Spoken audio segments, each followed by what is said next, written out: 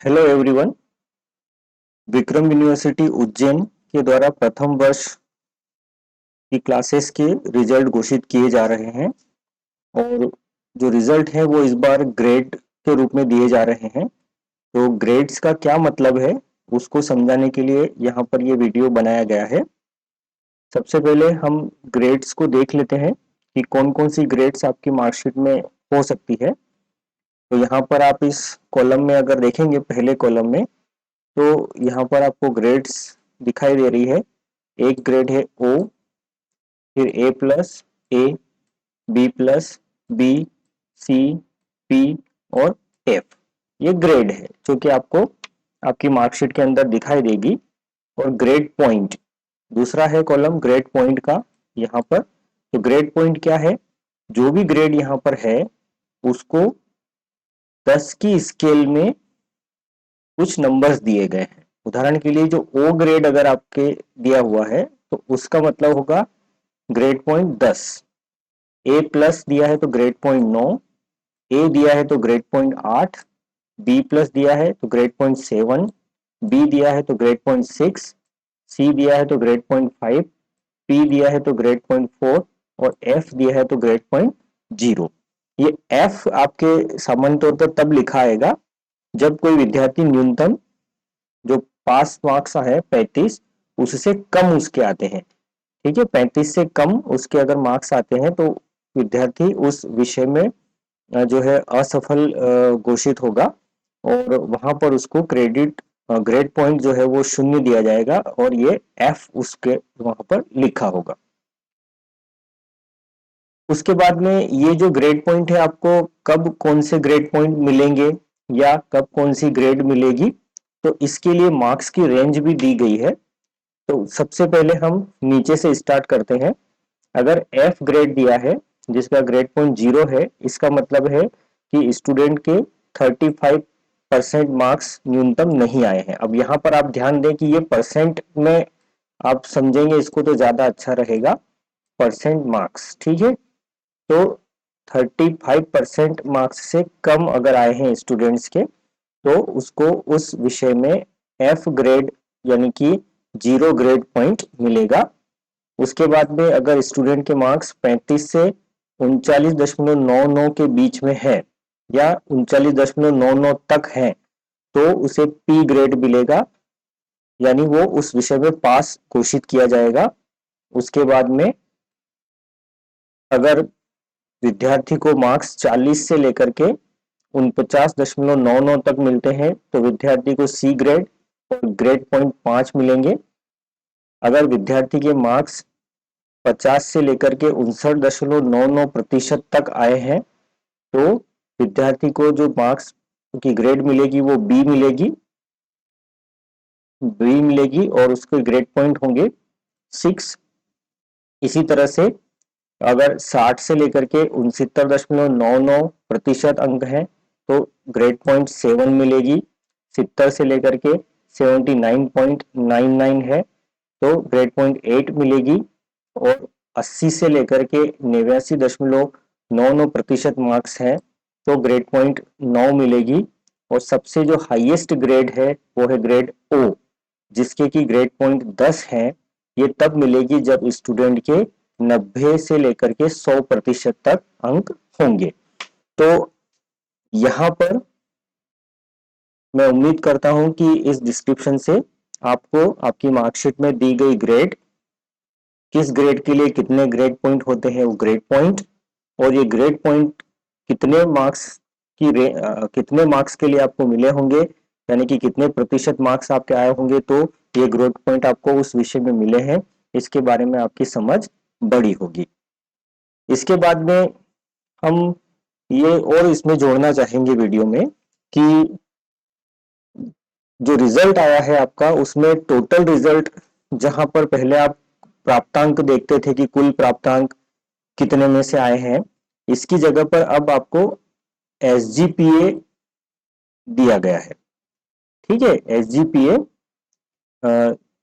दिया गया है या फिर एजीपीए दिया होगा, एनुअल ग्रेड पॉइंट एवरेज जिसको हम बोल सकते हैं। एजीपीए या एसजीपीए हो सकता है।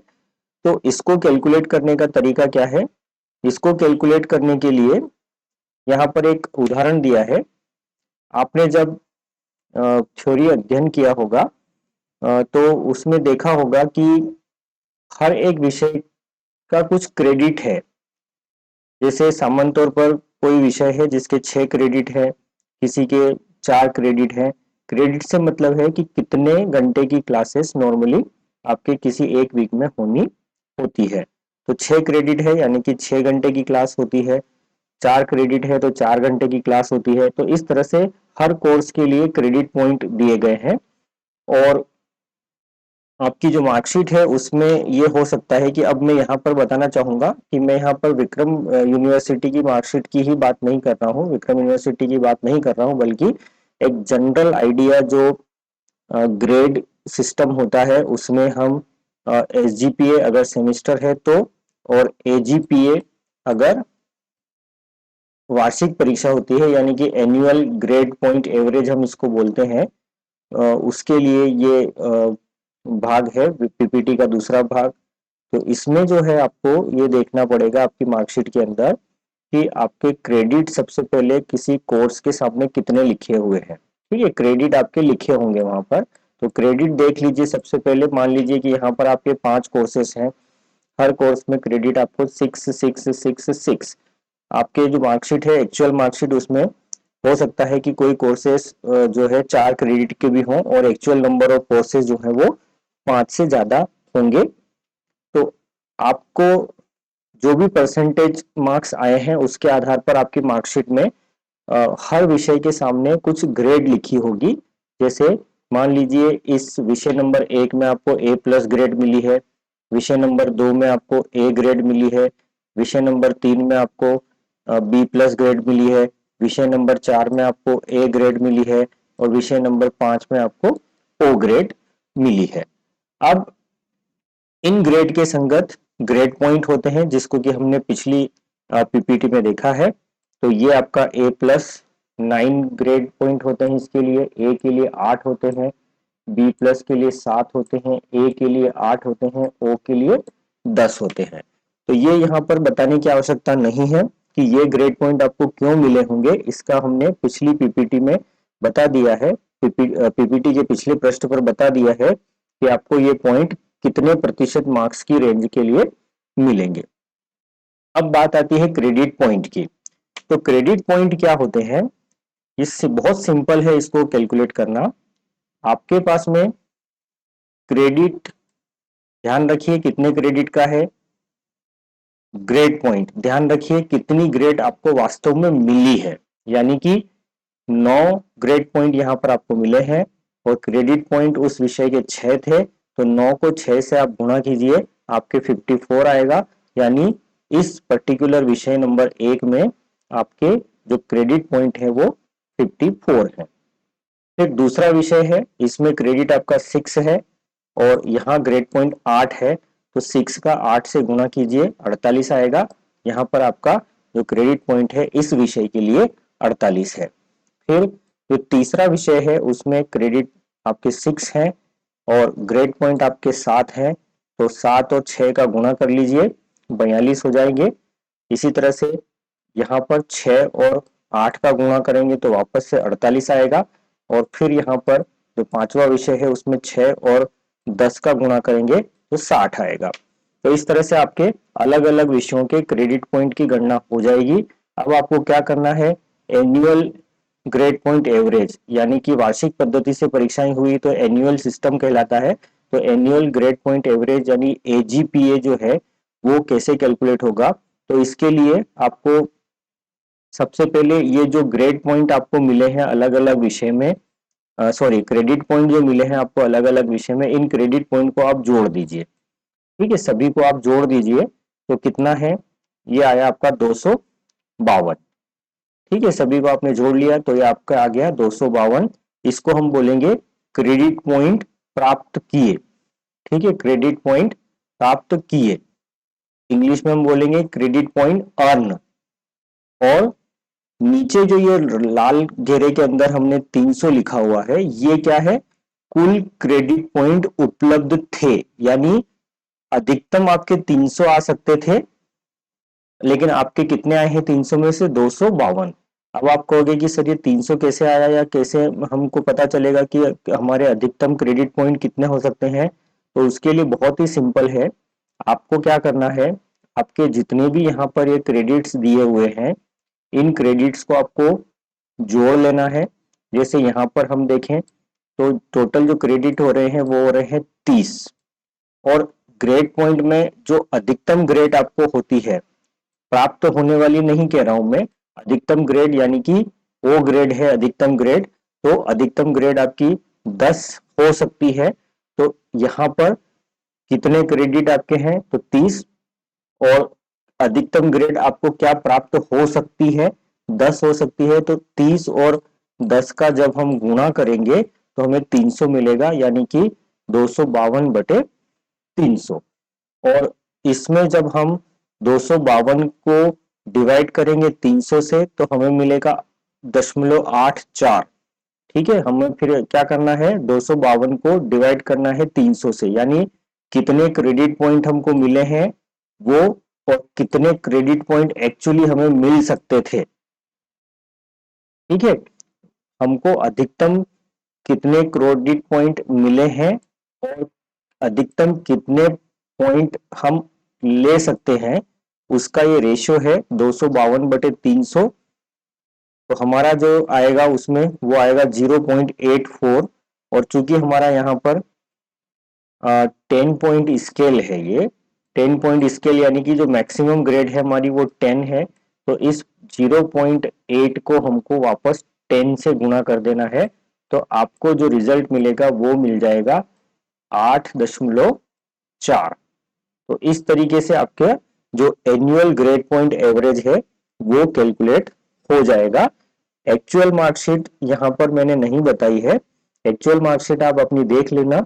ये सिर्फ एक एचजीपीए या एसजीपीए जो भी एप्लीकेबल होगा उसको कैलकुलेट करने का तरीका मैंने यहाँ पे बताया है कि आपको क्रेडिट पॉइंट से हर एक विषय के लिए जो दिए गए क्रेडिट पॉइंट है उससे प्राप्त ग्रेड पॉइंट का गुणा करेंगे और यहाँ पर क्रेडिट पॉइंट के अंदर उसको लिखते जाएंगे।